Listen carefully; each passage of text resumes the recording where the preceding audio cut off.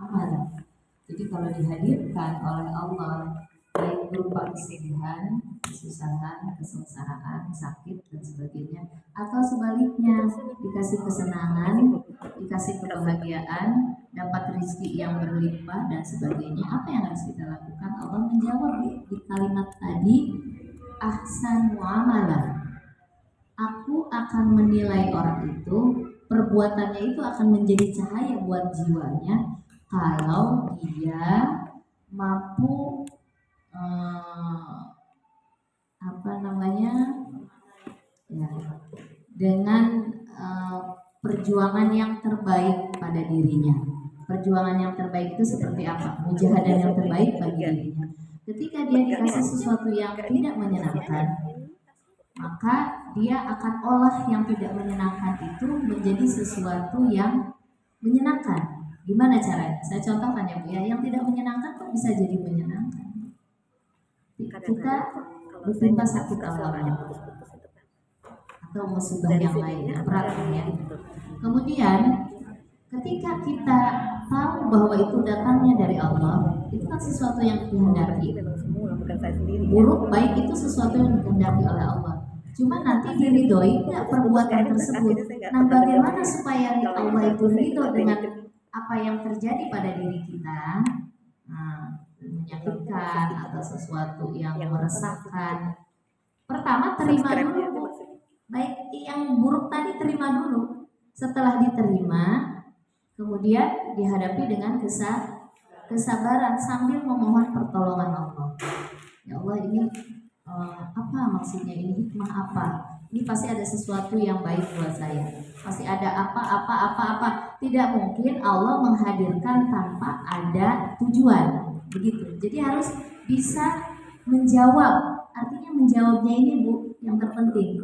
Menjawabnya supaya apa? Kalau kita bisa menjawab persoalan yang terjadi pada diri kita, kemudian jawabannya itu kita maknai dengan sepenuh makna, maka yang hadir tadi yang sulit, yang sakit akan menjadi akhirnya menyenangkan. Iya, ya Allah, tadi ketika saya menghadapi satu persoalan, saya bisa sabar, saya terima aja deh, saya ridho aja deh. Jadi enggak temperamen, enggak bikin huru hara, enggak lebay-lebayan gitu Bu, enggak protes, tapi diterima dulu, terima. Kemudian setelah itu mohon pertolongan Allah. Maka yang terjadi pasti setelahnya itu pasti ada sesuatu yang indah. Kita apa ya? Istilahnya kita sendiri nanti yang akan bisa memaknai itu. Gitu. Jadi melakukan sesuatu yang terbaik, bermujahadah menurut yang dibimbing, yang diarahkan oleh Allah gitu. Bukan mengikuti hawa nafsu kita. Kalau hal-hal yang buruk itu terjadi pada diri kita, itu satu aja, jangan pakai hawa nafsu gitu Bu. Waalaikumsalam. Sebab apa? Kalau pakai hawa nafsu, hal yang buruk tadi itu sebetulnya menyenangkan si hawa nafsu. Hal yang buruk tadi biasanya menyenangkan hawa nafsu, menyenangkan syahwat. Nah, kalau kita tidak menerima dengan baik, maka itu kan akan bertentangan. Contoh, tiba-tiba mungkin kita dikasih kurang sama Allah ya. Nah, harusnya banyak kebutuhan, pengennya ini, pengennya itu, tapi tidak terjadi pada diri kita atau tidak sesuai dengan keinginan syahwat kita. Nah, itu biasanya kan hal kehidupan dunia itu syahwat Bu. Nah, kalau kita tidak menerimanya, saya tuh kesel sama dia, saya tuh sebel, saya tuh benci, berarti gak nerima dia. Apa yang terjadi? Bertolak belakang dengan keinginan syahwat kita, itu akan membuat kita hidup menjadi lebih payah, lebih resah. Saya contohkan Bu, anak saya belum lama, ketika dia protes dengan kakaknya atau adiknya, saya bilang, kamu kalau protes terus, bakalan enjoy, nggak bakalan senang. Pasti kamu akan resah terus, kemudian protes terus. Tapi kan harusnya manusia begini mah, begini ya, dia bikin program kayak gini gitu. Itu kan menurut hawa nafsu kamu. Sedangkan yang merubah itu bukan kamu. Kamu tidak punya kuasa terhadap sesuatu yang mengenakan badan kamu. Yang punya kuasa merubah itu hanya Allah. Jadi jangan suka memaksakan sesuatu yang kamu tidak bisa mengubah itu. Itu Bu. Secara filsafatnya begitu. Jangan memaksakan sesuatu yang kamu tidak bisa mengubahnya. Kalau kamu memaksakan sesuatu yang kamu tidak bisa mengubah hal tersebut, akhirnya kan kita protes, frontal, marah-marah, nyesel, kesel, dan sebagainya. Bahagia nggak jiwa kita? Enggak. Coba kalau kita terima dulu, ini datangnya dari Allah nih. Apa yang harus saya lakukan? Saya terima dulu, saya maklumi, kemudian yang penting saya sudah berusaha untuk mujahadah, ya kan? Saya ngingetin dia, saya bantu dia dan sebagainya. Dia masih tetap begitu, itu bukan kuasa saya. Itu contohnya dengan lain, itu bukan kuasa saya. Yang penting saya sudah melakukan apa yang disuruh sama Allah. Setelah itu bagaimana? Ya udah saya bahagia aja. Melihat itu, yaitu urusan dia. Begitu. Kesengsaraan itu sesuatu yang tidak mengenakan itu biasanya berhubungan dengan kita dan ada di depannya orang lain, sesuatu yang lain gitu Bu. Nah biasanya begitu. Kita ini gimana saya? Kalau kita mencari solusi gitu, itu boleh nggak? Solusi itu harus dicari. Solusi kenapa kita dikasih akal supaya cari solusi. Tetapi Allah masih tahu yang merubah. Kamu hanya usaha. Innaka la tahdi man ahbabta kata Allah. Sampai Nabi digituin. Karena Nabi pengen berusaha kuat supaya orang itu berubah. Kata Allah innaka la tahdi man ahbabta. Kamu gak bakalan merubah Muhammad. Yang bisa merubah itu aku kata Allah. Yang penting kamu mau usaha aja. Tapi kan dia begitu, itu urusannya sama aku. Pasti akan tenang kita. Nah, dengan sesuatu yang tidak kita harapkan juga begitu. Yang penting kita cari solusi, kita berusaha dengan sebaik mungkin. Setelah itu berdoa, serahkan sama Allah. Nanti hidup kita akan tenang, akan enjoy, akan tenang kalau begitu. Ya sudah, jangan digeremetin terus gitu. Dia datang lagi geremetnya. Lihat dia sebel, terus-terusan bakalan ada ujungnya. Kenapa? Selama belum dirubah sama Allah, kalau kita mau menerima belum ridho gitu Bu, itu kita tetap aja akan tersiksa. Diserahkan sama yang orang dekat, iya. Suami ya. Iya. Kalau belum dirubah sama Allah, kita tersiksa terus. Kalau kita nggak ya udah saya berusaha yang terbaik saya jadi istri yang begini, kondisi ini terima ya, ridho ya dengan ketentuan Allah. Kalau dijalanin Bu, yang membuat kita ini nggak enjoy, tersiksa, kita memaksakan keinginan hawa nafsu kita. Itu yang saya rasain. Lihat anak kenapa ya kamu? Harusnya kan begini, suami harusnya terus aja begini, harusnya nggak usah harusnya begini, capek sendiri, tersiksa itu. Tanpa ridho aja. Setelah kita bermujahadah, usaha yang sungguh-sungguh, minta pertolongan Allah, dekatkan diri kita kepada Allah, selesai. Karena apa? Kekuatan kita terbatas, kemampuan kita lemah. Akui bahwa kita ini lemah. Dan Allah kan ngajarin Al-Quran, kalau saudaramu, orang terdekatmu, fa'fu anhum wasfahu, kan begitu, lapangkan dadamu, ampuni, maafkan mereka. Ini sudah sulit. Kenapa? Itu kenapa sulit Bu? Itu kan kaitan dengan hawa nafsu. Sedangkan yang kita belajar kalau ingin jiwa terang itu kehendak Allah harus lebih didahului daripada kehendak hawa nafsu kita. Allah itu sayang sama kita.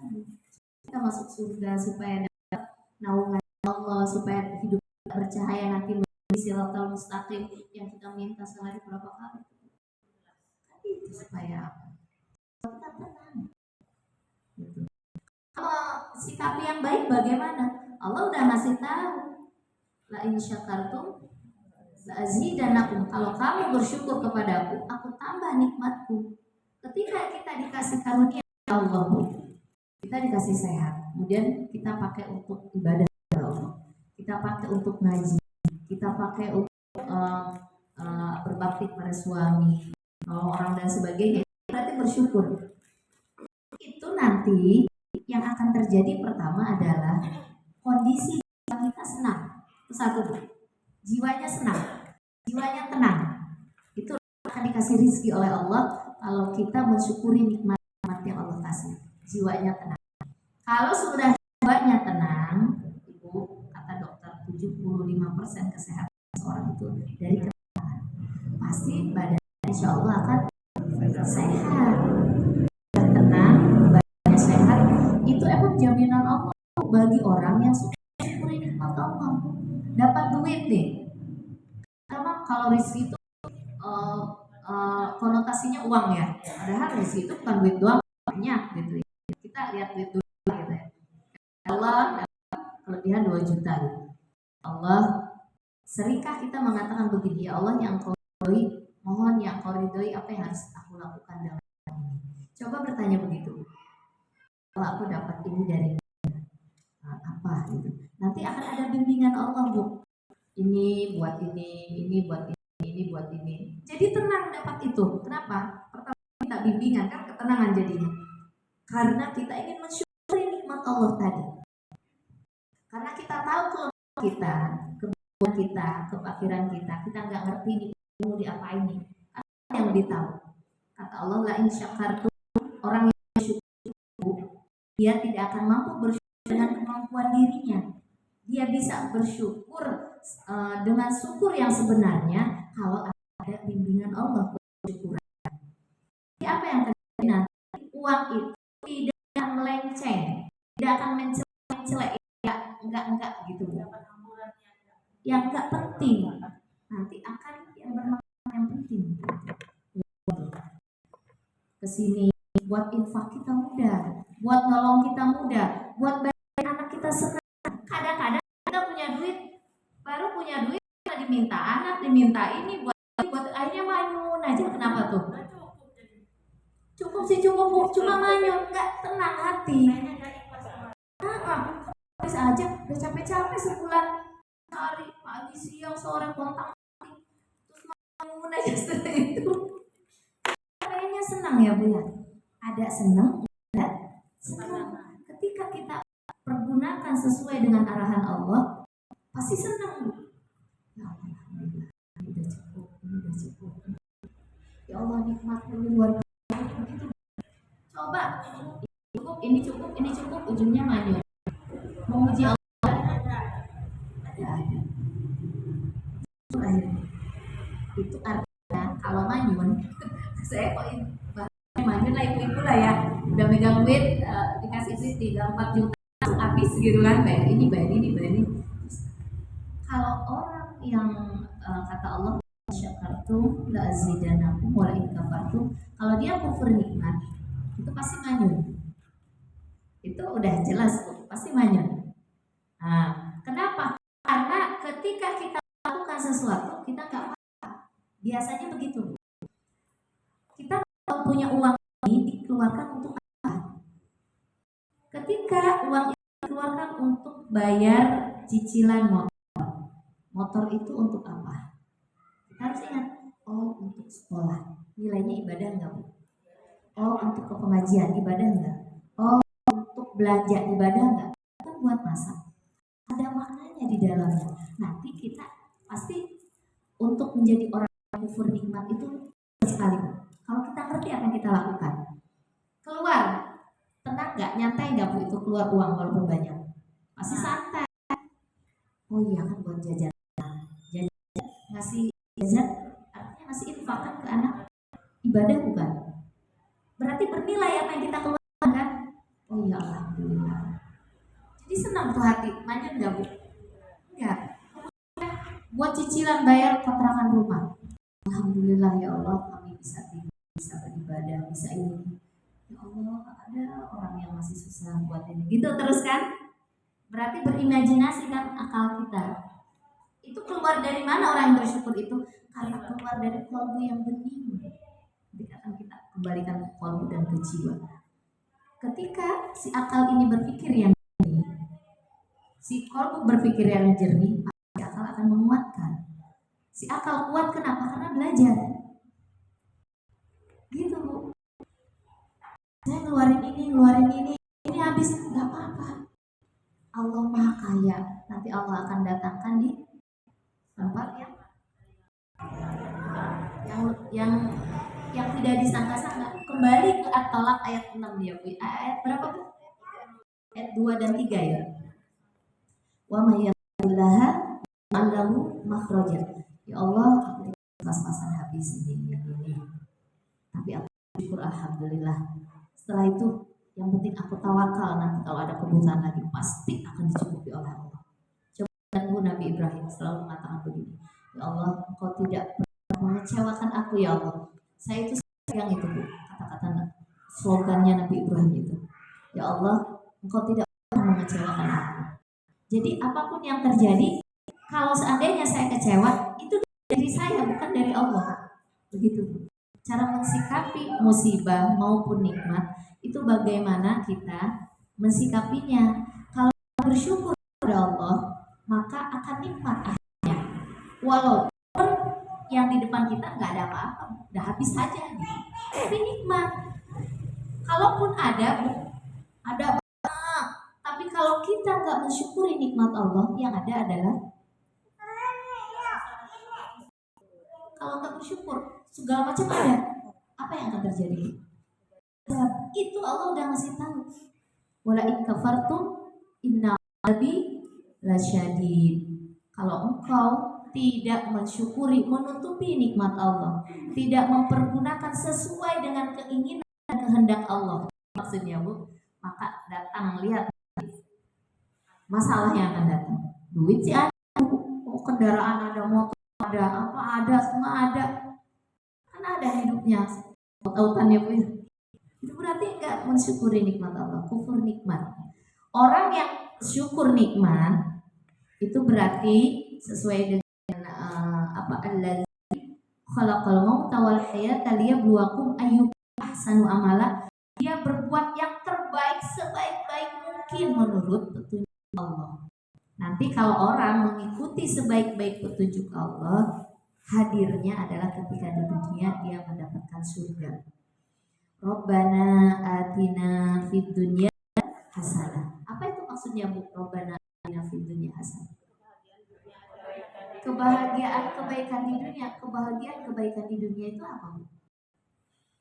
Kebahagiaan, keindahan, ketenangan apa itu Bu? Surga. Jadi kalau ada orang yang ketika dapat masalah ataupun dapat anugerah kemudian tidak bahagia, berarti nggak dapat surga. Dapat ya? Pahami nggak Bu? Udah nyambung belum Bu? Artinya dapat surga, kita kembali kepada tadi. Ketika dapat nikmat Allah, kita pergunakan sebaik-baiknya nikmat itu, Ibu akan merasakan kebahagiaan luar biasa. Ibu dikasih nikmat sehat sekarang, merasakan kebahagiaan. Kenapa? Karena dipakai di jalan Allah. Nah, itu. Segala sesuatunya dipakai di jalan Allah, Bu. Pulang ke rumah Ibu juga akan tambah nikmat lagi, tambah senang lagi. Ya Allah, alhamdulillah.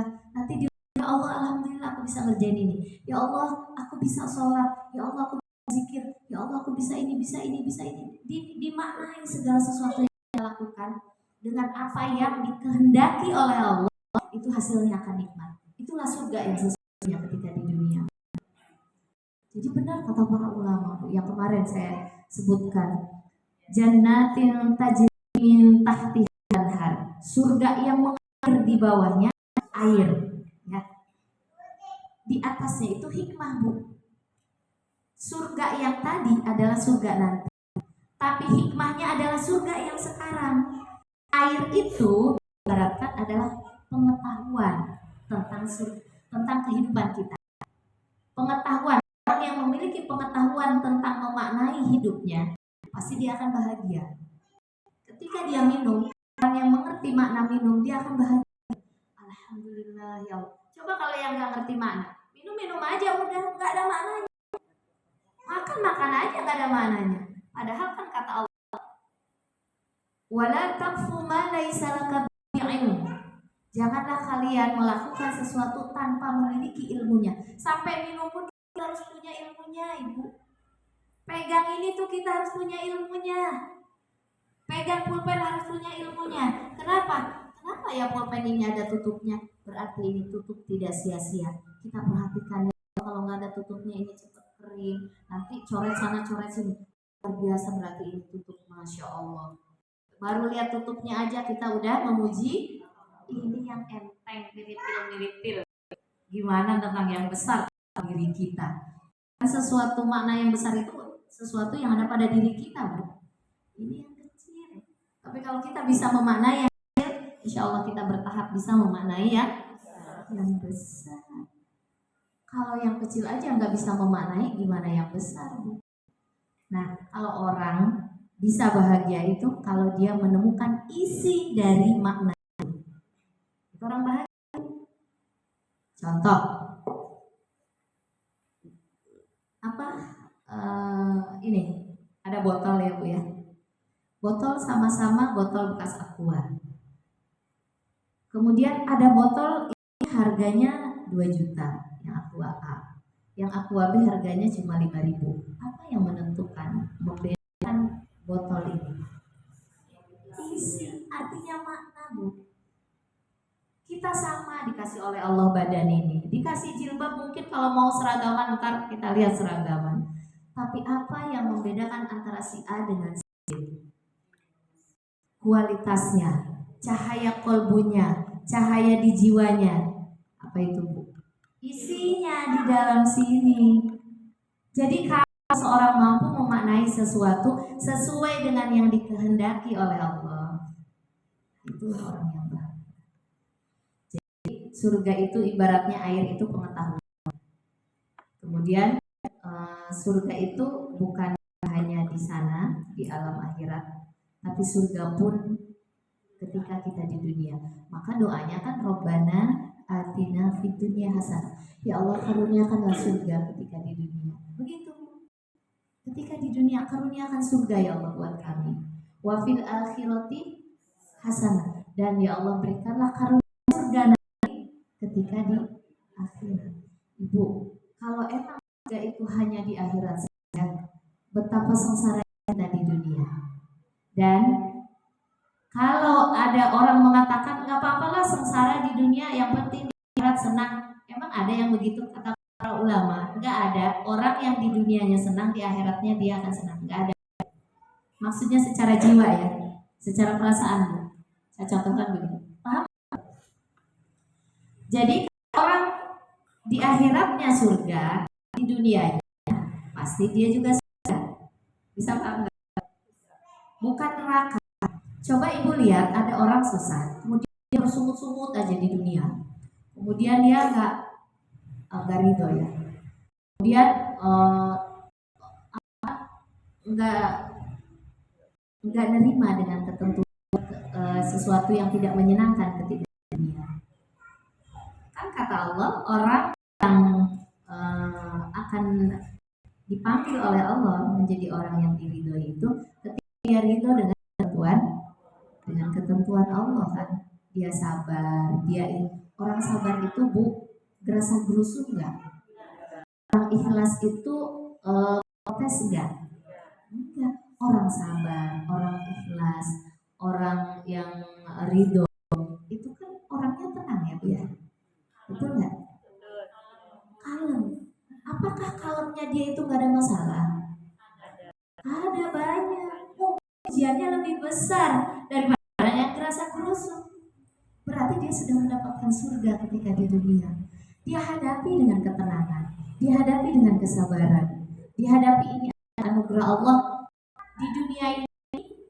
Artinya dia sedang bermujahadah melakukan sesuatu sesuai dengan kehendak Allah, dan dia mematikan sesuatu yang berkaitan dengan hawa nafsunya dia. Tapi pasti akan bahagia. pasti akan bahagia, akan senang. Pasti udah dipraktekkan sama ibu-ibu semuanya. Insya Allah ya. Terasa bahagiaan yang kalau sabar daripada kalau marah-marah, temperamen, ribut, berantem bu, apa bu hasilnya? Menderita, tambah sakit. Gitu ya. Oh, pertanyaan banyak banget jawabannya ya bu ya. Oke, setengah jam. Ya.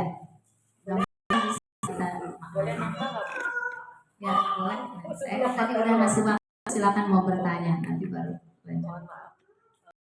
Pertanyaan saya, mohon maaf Bu, berkaitan dengan materi yaitu tentang sholat.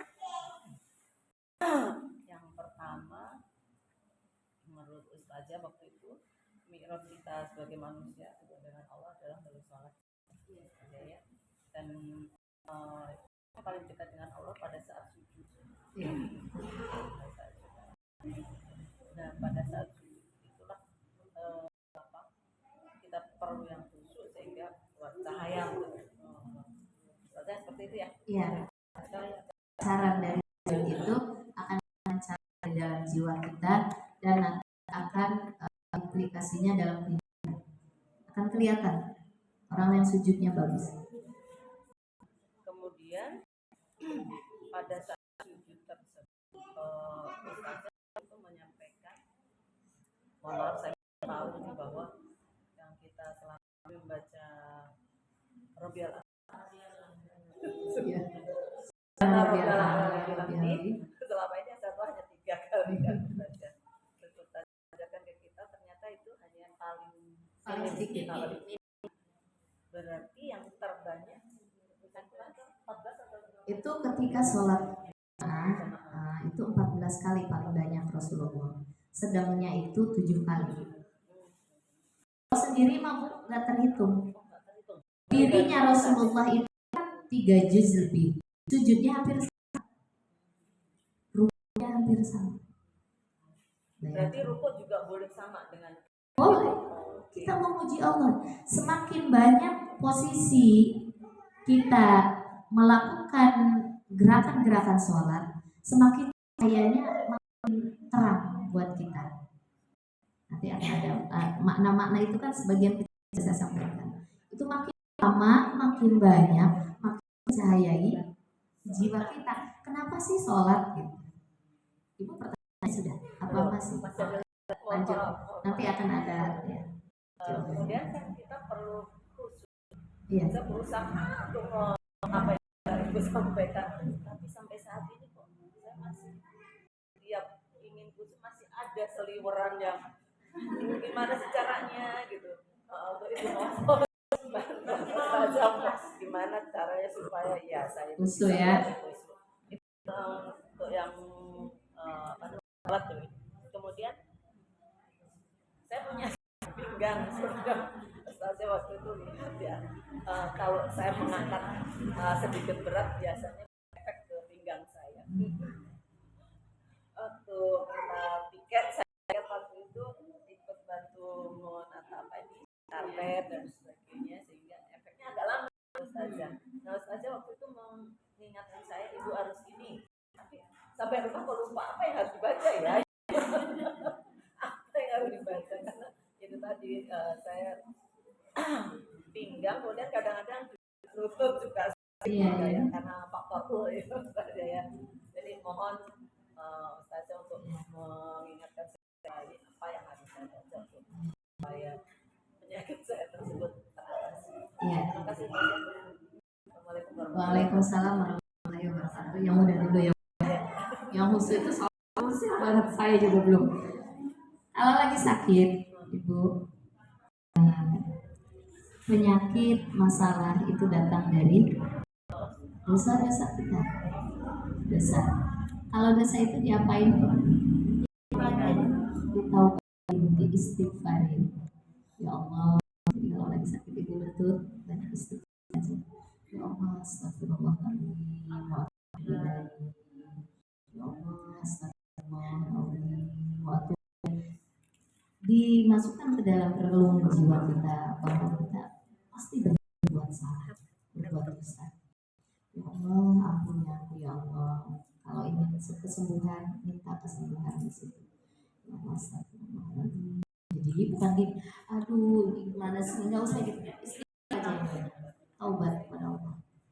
Nah, insya Allah. Ketika Ahmad bin Hanbal didatangi orang, yang pertama, masalahnya kan kita sudah tahu ya, disuruh apa Bu? Suruh bertaubat, suruh istighfar. Yang kedua suruh istighfar, yang ketiga suruh istighfar. Padahal masalahnya beda.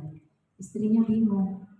Kok nyuruhnya istighfar semua? Emang gak ada yang lain? Emang mereka nggak ada yang lain apalah gitu? Kata Ahmad bin Hanbal, mungkin ibadahnya sudah banyak, mungkin infaknya sudah banyak, mungkin tahajudnya sudah banyak, tapi perbuatan itu semua, taubatnya dia semua, apanya yang dia lakukan amal solehnya belum menutupi kesalahan-kesalahannya. Kecuali mungkin dengan taubat ini, dengan istighfar ini, itu insya Allah akan menutupi itu semua. Baru setelah bersih, Allah akan masalah itu. Jadi kalau kita masalahnya ngubeng di situ terus, enggak berubah, enggak ada solusi, jangan-jangan dosa masih numpuk, belum diangkat oleh Allah, sehingga masalah itu belum ada solusi. Nah, itu satu. Jadi bisa dengan banyak atau yang kedua, yang pertama karena rasanya belum habis, belum diangkat, berarti masih harus mujahadah, beristighfar, bertaubat, beramal soleh yang kencang gitu. Ya Allah, anaknya masih begini. Tambah lagi taubat, tambah lagi ibadahnya kepada Allah, kuatin lagi, tambah lagi infaknya, tambah lagi apanya tambah. Berarti atau nanti ada yang kedua, Allah itu sayang dengan dia lewat itu. Ini amalnya belum banyak banget, udah bersih tapi belum banyak banget. Nah, khusus nuzul kan, ini belum banyak nih amalnya nih. Dengan sakit itulah aku membuat dia terangkat derajat si Allah. Kenapa ya Allah sakit? Kenapa nggak dikurangi duit aja? Kan yang suka begitu Bu, dia dikasih sakit stroke. Bu bilang, saya lebih baik dikasih kurang uang daripada stroke kayak gini. Boleh dia yang nentuin sendiri.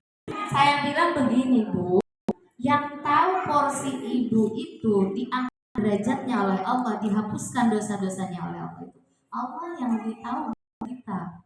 Tapi kan saya nggak bisa ngaji, nggak bisa gini, nggak bisa kemana. Tapi Allah tahu Bu, bahwa dengan itulah kemuliaan ibu akan terangkat. Coba dikasihnya kurang duit, nggak sempurna kemuliaan. Justru dengan ini sempurna. Allah kasih itu. Jadi udah terima aja. Ikhlas, sabar, ridho, berobat.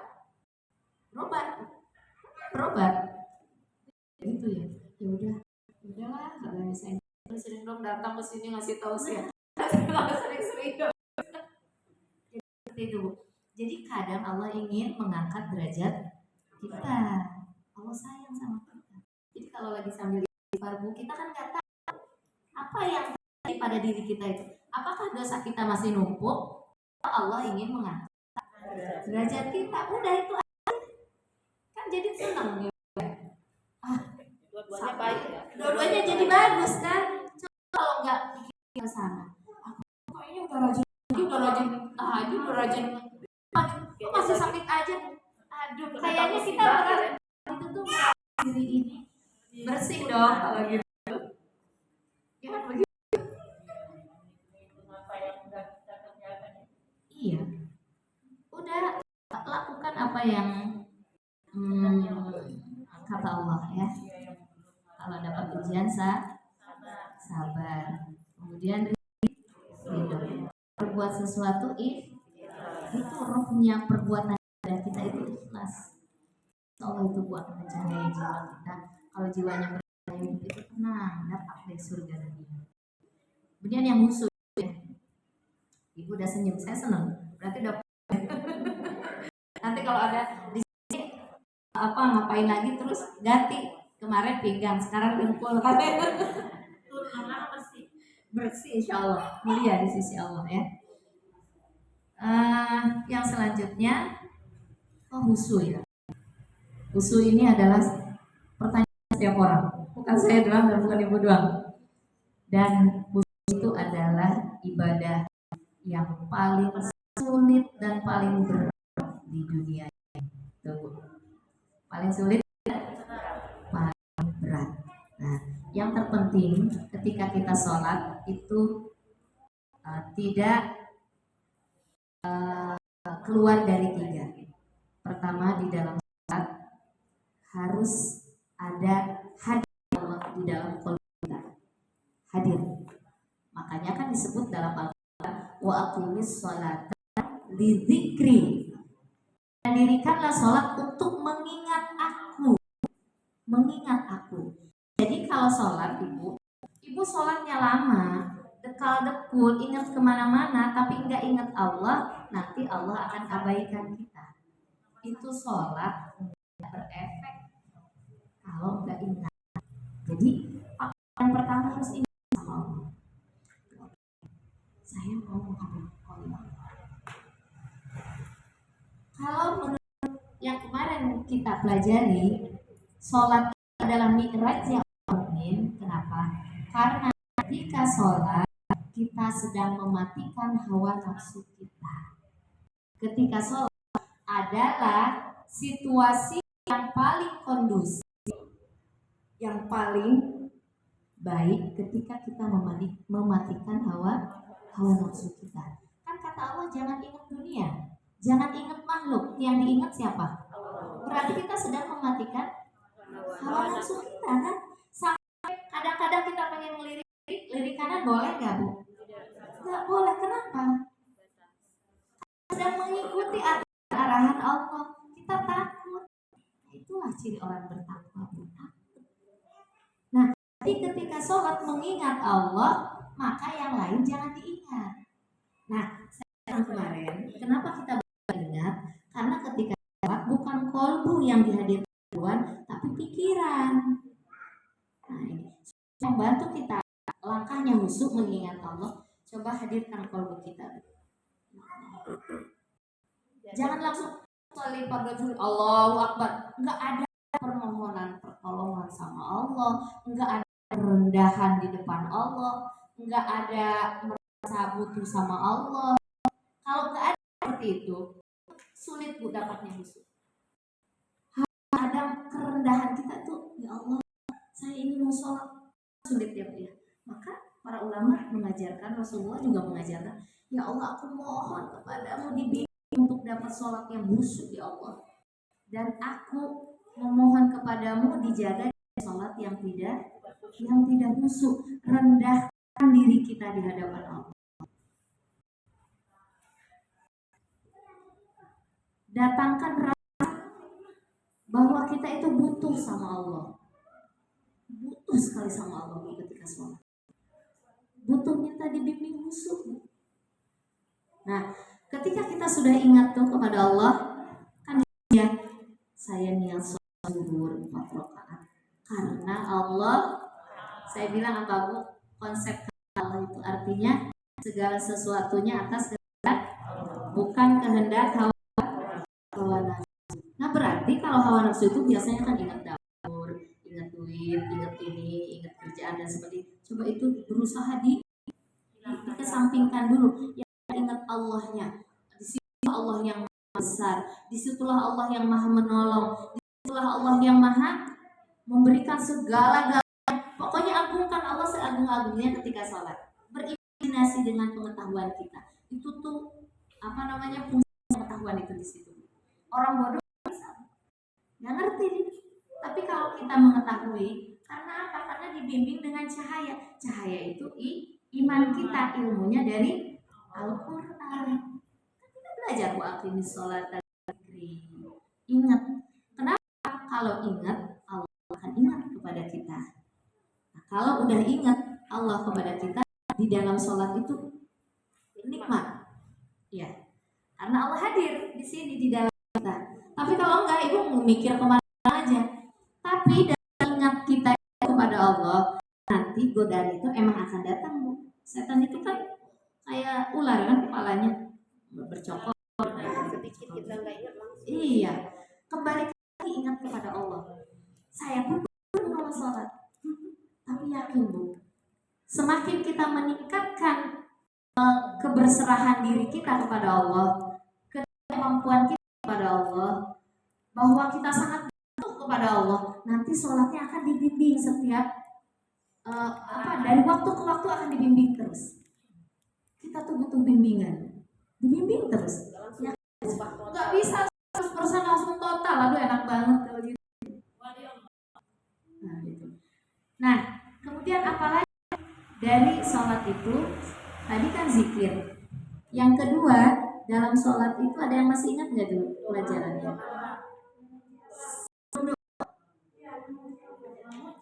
Memuji.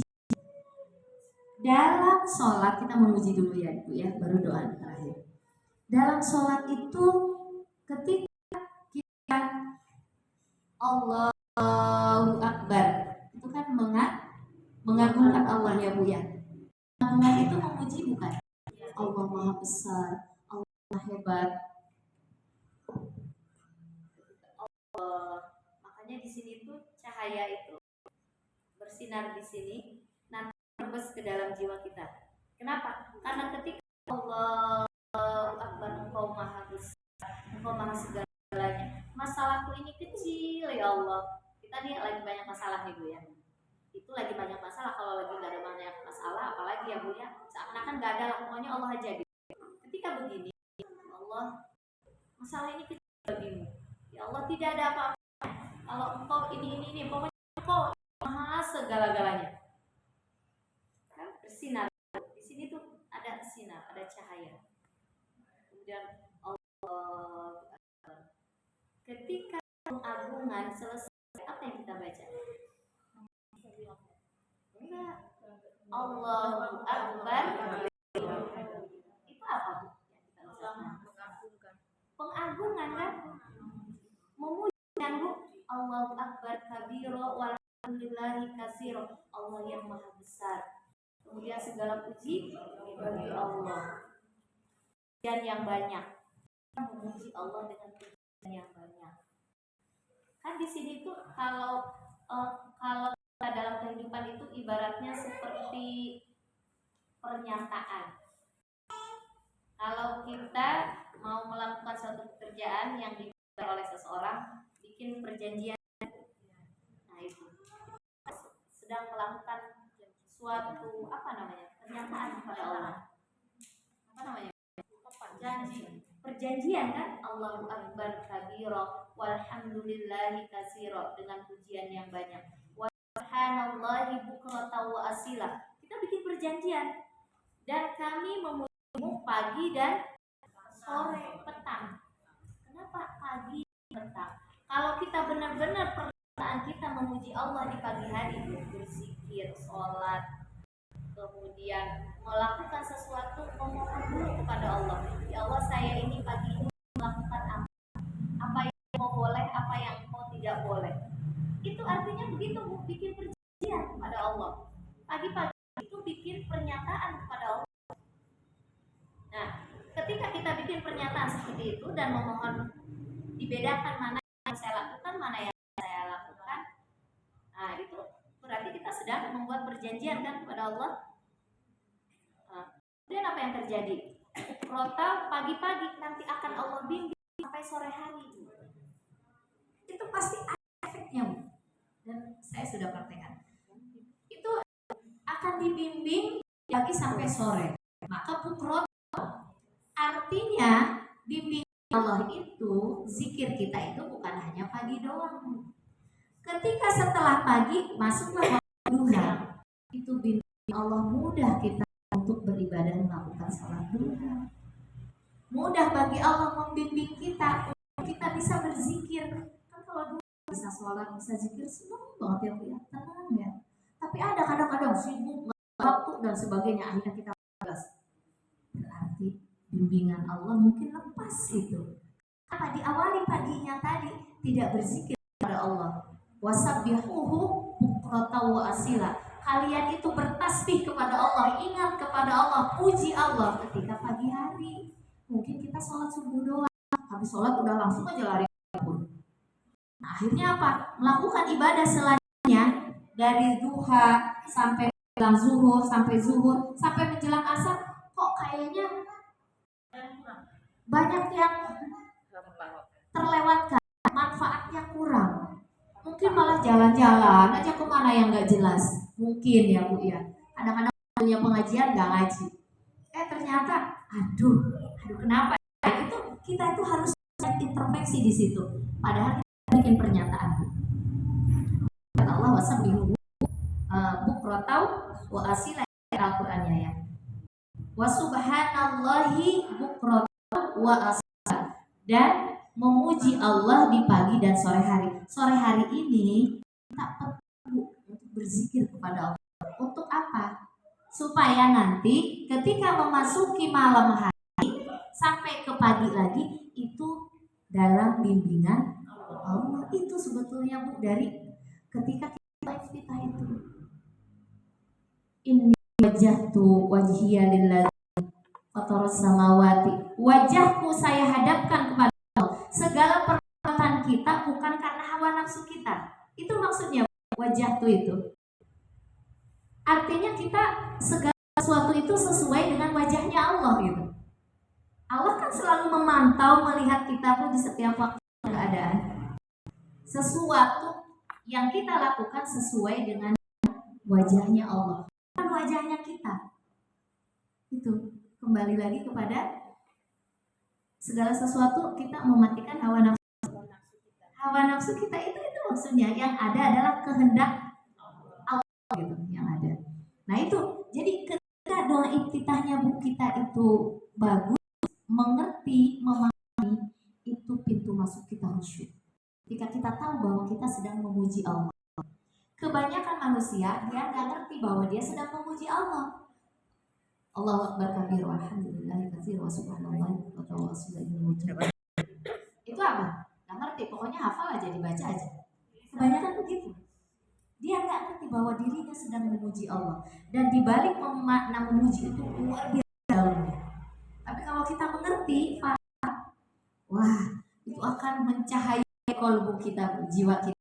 Nanti efeknya selain dari sholat yang masuk, setelahnya efeknya itu luar biasa. Hidupnya itu, Masya Allah. Setelah itu baru baca Fatih. Dalam Fatihah apa yang diucapkan? Pujian kan? Alhamdulillah Rabbil alamin, segala puji. Ar-Rahman itu juga pujian. Malik Yaumiddin menyatakan bahwa Allah adalah seorang raja di raja. Itu kan berarti sedang memuji. Memujinya berkali-kali. Setelah itu baru kita memohon setelah memuji. Kan itu doa ya setelahnya. Ya, kita pujiannya dulu nih. Muji, muji, muji. Kita puji Allah, puji Allah, puji Allah.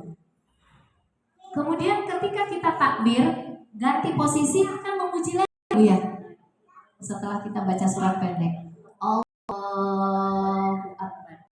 Ketika kita memuji, bahwa kita sedang menyatakan Allah itu emang pantas untuk dipujikan. Subhana rabbiyal azim. Ketika kita ruku ya Bu ya. Coba Ibu pahami. Subhana rabbiyal azim wa bihamdihi. Emang pantas ya Allah Engkau dipuji bahwa Engkau maha agung. Kan azim maha agung, wa bihamdi, dan maha terpuji, maha agung terpuji. Allahu Akbar, sedang bikin pernyataan lagi.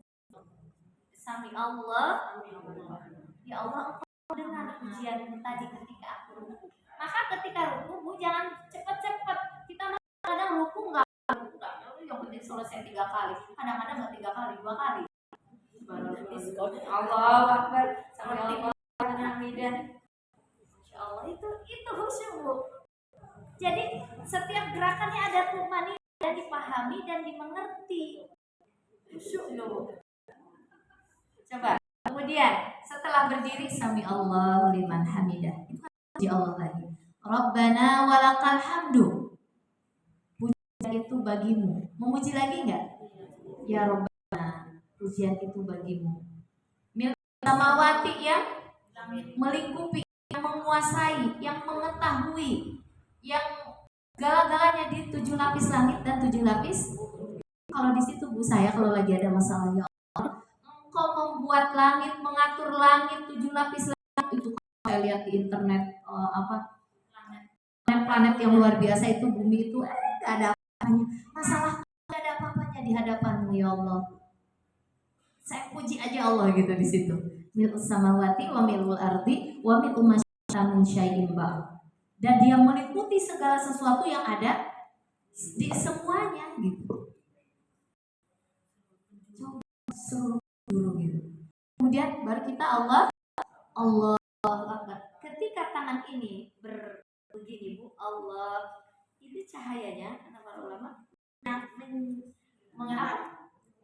menyerap masuk ke dalam kalbu kita, jiwa kita, merembes gitu.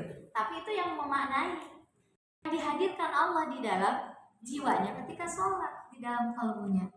Kemudian ketika sujud, nah sujud ini kenapa di antara cahaya sholat yang paling tinggi adalah ketika sujud.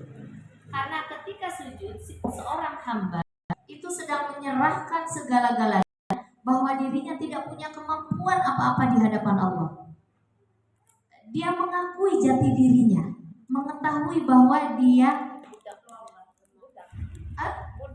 iya, tahu diri gitu Bu. Kalaupun dia dikasih harta, ini bukan harta saya, pemberian Allah. Kalaupun dia dikasih titipan jabatan, ini bukan jabatan saya, dikasih Allah. Kalaupun dikasih wewenang apa gitu, ini dikasih Allah. Kalaupun dikasih ilmu, ini dikasih Allah. Jadi sebenarnya kita itu nggak punya apa-apa. Kemudian dia bersujud, dia rendahkan di tempat yang paling rendah. Dia diciptakan oleh Allah, akui dirinya rendah. Itu Bu, kalau orang udah sujud benar, itu di hadapan manusia, dia kalau ngomong nggak bakalan nyakitin. Walaupun dia kaya, walaupun dia pintar, walaupun dia punya segalanya. Kenapa? Kamu kan punya saya. Jadi kalau ketemu sama orang yang rendah, dia akan sayang. Itu kan Bu. Kalau dia dikasih Allah titipan apa gitu, kan yang membuat orang itu egois, cepat baperan, tersenyum dan sebagainya karena merasa diri punya sesuatu. Ya Allah, aku direndahkan ya kan? Emang saya siapa gitu kan? Siapa lu, siapa saya? Suka ada begitu lah. Kalau ketika kita sujudnya benar Bu di situ, ketika diri kita direndahkan sama orang lain, emang saya tuh punya apa-apa. Jadi wajar kalau saya merendahkan begitu. Yang saya nggak merendahkan dia, karena dilarang sama Allah. Kalau kita sedang dipuji sama orang, kita tidak akan hati. Kenapa? Ini cuma titipan kok, gitu. Bisa dipahami? Kenapa sujud itu adalah cahaya yang paling bisa merembes ke dalam kalbu dan jiwa kita, dan itu bisa impactnya luar biasa besar dalam kehidupan. Maka kata Rasulullah, aqrabu ma yakunul 'abdu bihi fahuwa sajid. Paling dekat hamba kepada sang penciptanya ketika sujud. Fa'aksi doa, banyak-banyaklah kalian berdoa kepada Allah. Cuma kalau berdoa jangan kecil-kecil, jangan yang murahan, jangan yang rendahan. Ya Allah, saya pengen punya kendaraan. Ya Allah, saya pengen punya rumah. Ya minta tuh yang tinggi dulu. Pertama diampuni dulu dosa kita. Ya Allah, ini segala dosa. Ibu, dosa kita udah bersih, terbesit keinginan apa dunia, itu dia akan ikut. Nah, lalu setelah itu untuk menguatkan keinginan kita, ya Allah, bolehlah. Apalagi kalau kita ada anak, ada masalah, ya. Kemudian mungkin lagi kesulitan materi, kita harus bayar B, boleh di situ minta. Diucapkan dengan bahasa Indonesia. Tapi mintalah sesuatu yang agung dulu. Minta dibersihkan kalbu kita, jiwa kita dibimbing, diri kita didekatkan diri kita kepada Allah dan dijadikan orang yang bertakwa. Itu inti dari segala doa yang paling agung itu Bu, minta jadi orang takwa. Kata Allah kalau udah takwa apa? Akan dikasih dari tempat yang tidak terduga-duga dan akan Allah cukupkan segala kebutuhanmu. Jadi baru terbesit di hati belum minta udah dikasih Bu kalau kita takwa. Coba ketika sujud mintanya diberi pertaubatan kepada Allah, kemudian didekatkan kepada Allah, kemudian dijadikan orang yang bertakwa. Itu inti kalimat yang tertinggi, minta kepada Allah. Kalau yang minta ini, minta itu dunia itu kan kecil. Iya, yang agung dulu dong. Coba yang agung dulu mintanya. Kalau minta yang agung tadi Bu, itu beres semua hidup kita. Benar Bu, beres semua hidup kita. Insya Allah. Ya kadang-kadang kita doa nggak paham ya, mintanya akhirnya kecil-kecil. Boleh setelah itu boleh permintaan apa nih yang paling inti gitu setelah kita bertobat, minta dibersihkan dari kotoran dosa-dosa dan minta didekatkan, minta takwa, minta yang lain boleh. Dan di situ kalau lagi kita pernah mengkaji sifat Allah Al-Wahhab ya Bu ya. Ya Allah Engkau yang maha memberi anugerah. Mau anugerah supaya kita dapat jodoh, mau dapat anugerah supaya anak kita dapat pekerjaan, supaya anugerah anak kita apa boleh setelah itu. Kalau di sholat duha, di sujud yang terakhir baca Al-Wahhab berapa kali? 14 kali. Ya Wahhab, ya Wahhab, ya Wahhab, ya Wahhab.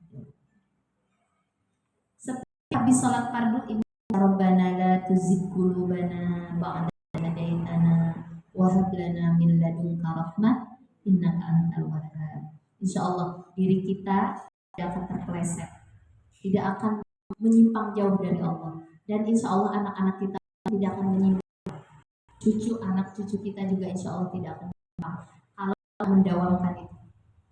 Rabbana la tuzigh qulubana ba'da idh hadaitana wa hab lana min ladunka rahmah innaka antal wahhab. Enggak, kalau itu dibaca setelah sholat 7 kali.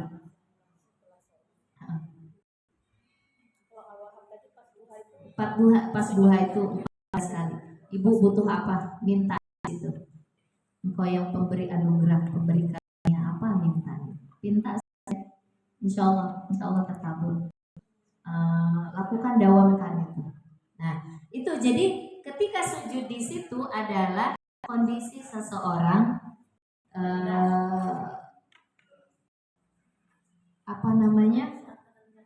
dia si jiwa ini kan begini Bu. Ketika sholat itu posisi kita berdiri adalah kita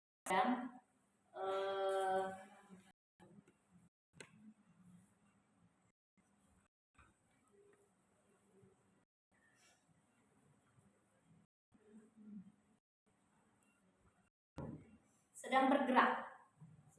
Awal kita berdiri adalah kita sedang bergerak. Jiwa yang bersih ini, bercahaya ini sedang bergerak, ingin dekat kepada Sang Penciptanya, yaitu ketika kita sedang sholat. Kalau kita di dalam sholat itu kan ihdinas siratal mustaqim ya Bu ya, tunjukkan kami jalan lurus. Nah, menuju jalan siratal mustaqim itu kita perlu cahaya, dan cahaya yang ketika kita berada di siratal mustaqim, permulaan berada di siratal mustaqim itu ketika kita sholat. Karena dalam sholat itu posisi kita posisi yang tidak keluar dari jalur siratal mustaqim. Posisi sholat itu Bu. Ketika kita berdiri itu awal. Ketika kita perjalanan yang kedua. Ketika kita perjalanan yang ketiga. Ketika kita berdiri lagi, duduk, perjalanan yang keempat. Kemudian kita sujud lagi, perjalanan yang kelima. Kemudian ketika duduk, ketika tahiyat adalah perjalanan sampai menuju Allah Subhanahu wa Ta'ala. Itu analogi Bu, perjalanan jiwa kita. Jadi ketika sholat itu di situ manusia tidak akan keluar dari tracknya Allah Shiratal Mustaqim. Barang siapa yang memperbanyak sholat, memperbanyak ruku, memperbanyak sujud, kemudian juga ketika sholatnya dia ingat sama Allah, itu sebenarnya dia sedang mencahayai si ininya tuh kalbunya, jiwa, rembesan-rembesan cahayanya itu biasa masuk ke dalam relung-relung jiwa kita. Jadi kalau sholat itu coba kita usahakan sholat kita sekarang lebih apa ya Bu ya? Maninahnya, bacaannya, berusaha untuk memahaminya. Jadi jangan terburu-buru, jangan penting hafal ya. Kenapa? Karena diminta oleh Allah kalau kalian sholat, kalian harus ngerti apa yang kalian lakukan. Gerakannya harus ngerti, bacaannya harus ngerti. Kan selama gini, Bu Filah, yang penting kan sholat. Kalau itu kan gimana? Sebetulnya bisa Bu. Kalau belajar terus-terusan bisa. Kita kan tentang jiwa ya Bu ya, tentang kolbu harus hadir. Kalau sholat kita nggak hadir di situ, nggak hadirkan Allah, juga nggak hadir sama kita. Allah abaikan kita. Kalau Allah abaikan kita, sholat nggak ada artinya Bu, nggak pernah. Nanti marah mah tetap marah Bu. Iri mah di sini tuh iri aja, dengki aja. Padahal kita nggak pengen jadi orang dengki. Padahal kita nggak pengen orang jadi orang sombong.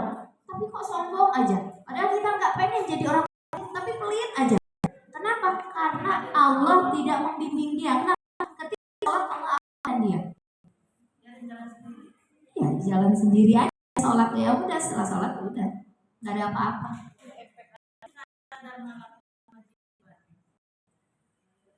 Melakukan kewajiban itu kan bagi orang awam Bu.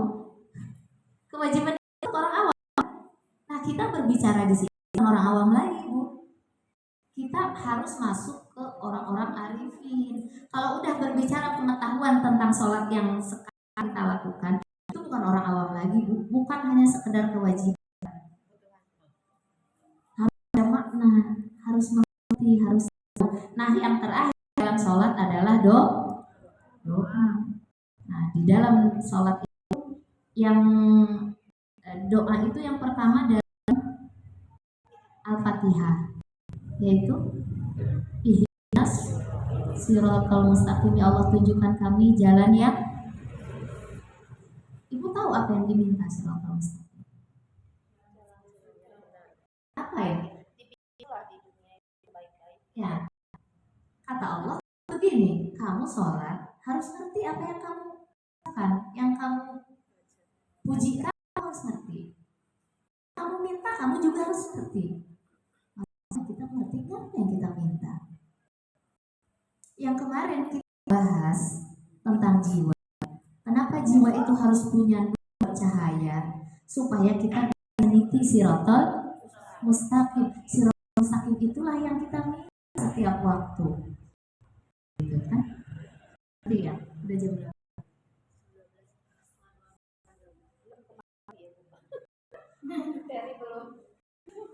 Materi yang di sini belum Bu. Masih pertanyaan. Enggak apa-apa, yang penting kan harus sampai ngerti ya. Ngapain nanti belajar tinggi-tinggi udah gitu nggak ngerti Bu. Ketika kita berdoa, awal doa kita itu adalah siratal mustaqim. Itu adalah perjalanan ketika seseorang menemukan bahwa jati dirinya diciptakan oleh Allah untuk apa. Itu Bu. Apa sih kita diciptakan oleh Allah? Ibadah, menemukan amal soleh yang tertinggi kita Bu. Amal soleh itu kemarin kan saya bilang banyak, tapi belum tentu kita digabungkan dengan orang-orang solihin, begitu kan? Berarti harus dicari amal soleh kita yang tertinggi apa. Seperti begini, ini gelas tujuannya adalah untuk minum ya. Bolehkah gelas dipakai untuk sop? Nggak boleh, nggak sopan. Ini kita diciptakan oleh Allah suruh melakukan amal soleh yang tertinggi. itu. Tapi enggak itu. Ini dipakai buat tanaman gitu ya Bu ya. Ini dipakai apa? Nimpukin orang gitu ya. Buat apa? Sesuai nggak dengan fungsi? Orang yang meminta Shiratal Mustaqim itu artinya dia meminta bahwa diketemukan amal soleh yang tertingginya apa di situ gitu. Nah, untuk meniti itu butuh perjalanan jiwa. Nanti lebih luasnya ya Bu ya Shiratal Mustaqim. Perjalanan jiwanya ini yang meniti Shiratal Mustaqim. Perjalanan jiwa kita itu butuh cahaya. Cahaya itu yang kemarin apa Bu cahayanya? Itu orang yang dikasih nikmat. Orang yang dikasih nikmat yang dalam Quran surat Al-Fatihah itu ada para nabi, kemudian sedikit syuhada dan orang-orang soleh. Itu orang yang diberi nikmat. Orang nikmat apa yang dia punya? Nikmat apa yang dia miliki? Nikmat ketika dia meniti Shiratal Mustaqim itu mudah. Ada yang satu kali kedipan sekilat ya. Ada yang dengan berlari seperti kuda, ada yang berlari dengan badannya, ada yang merangkak-rangkak dan sebagainya. Itu cahaya pada dirinya. Itu cahaya yang ada di dalam kalbu jiwa dia. Nah, cahaya ini keimanan ini yaitu Bu, ada namanya nur iman, ada namanya nur Islam. Nur iman, nur Islam, ada namanya di dalam Al-Quran ada dua cahaya, ada cahaya yang di depan, ada yang di samping. Kalau kita kembali buka kemarin itu ada ya ayat Al-Qurannya. Nur cahaya kan di situ. Cahaya yang di depan itu adalah cahaya iman Islam. Cahaya yang di sini adalah nur cahaya ilmu kita. Cahaya Islam itu kita agama kan tidak lepas dari Islam. Suruh sholat, berarti kita bermujahadah sungguh-sungguh melaksanakan perintah sholat 5 waktu, ditambah sholat sunnahnya supaya cukup sholat wajibnya itu. Nah itu adin kita itu kan pertama dengan Islam. Pertama sholat, pertama syahadat ya, kemudian sholat, kemudian puasa, melaksanakan puasa. Puasa tujuannya apa? Jadi orang bertakwa la'allakum. Iya, mentaati Allah kan tujuan puasa itu. Kemudian setelah puasa apa? Zakat, supaya membersihkan apa yang kita punya, berbagi dengan orang. Kemudian pergi. Nah, ini kalau kita lakukan dengan ini akan menjadi cahaya. Cahaya di depan kita. Kemudian baru rukun iman, percaya kepada Allah, kepada ayat dan sebagainya. Dan ihsan ya Bu ya, kan ada itu iman adin itu terdiri dari 3. Ada yang masih ingat nggak Bu? Iman, Islam, iman, Islam, dan ihsan. Sesuai yang di hadis Rasulullah itu ya. Itu cahaya yang di depan. Cahaya yang di samping satu lagi adalah kita makanya harus punya 2 cahaya cepat gitu. Dan yang memiliki cahaya yang seperti itu pertama Nabi. Orang yang dikasih nikmat itu yang memiliki cahaya tadi gitu maksudnya. Yang kita baca di dalam Quran surat Al-Fatihah, allazina an'amta 'alaihim ghairil maghdubi 'alaihim waladdallin, yaitu orang yang dikasih nikmat. Nikmat ini siapa? Golongan itu. Kenapa dia dikasih nikmat? Karena dia punya cahaya. Ketika dia di Shiratal Mustaqim, kan ayat sebelumnya ihdinas Shiratal Mustaqim, Allah tunjukkan jalan yang lurus. Jalan siapakah? Jalan orang-orang yang dapat nikmat tadi. Seperti itu. Siapa Bu? Ayat yang berapa itu yang nikmat itu?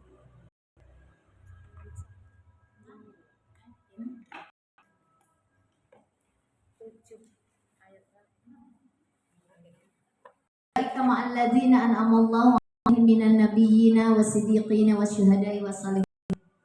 Ayat berapa ya?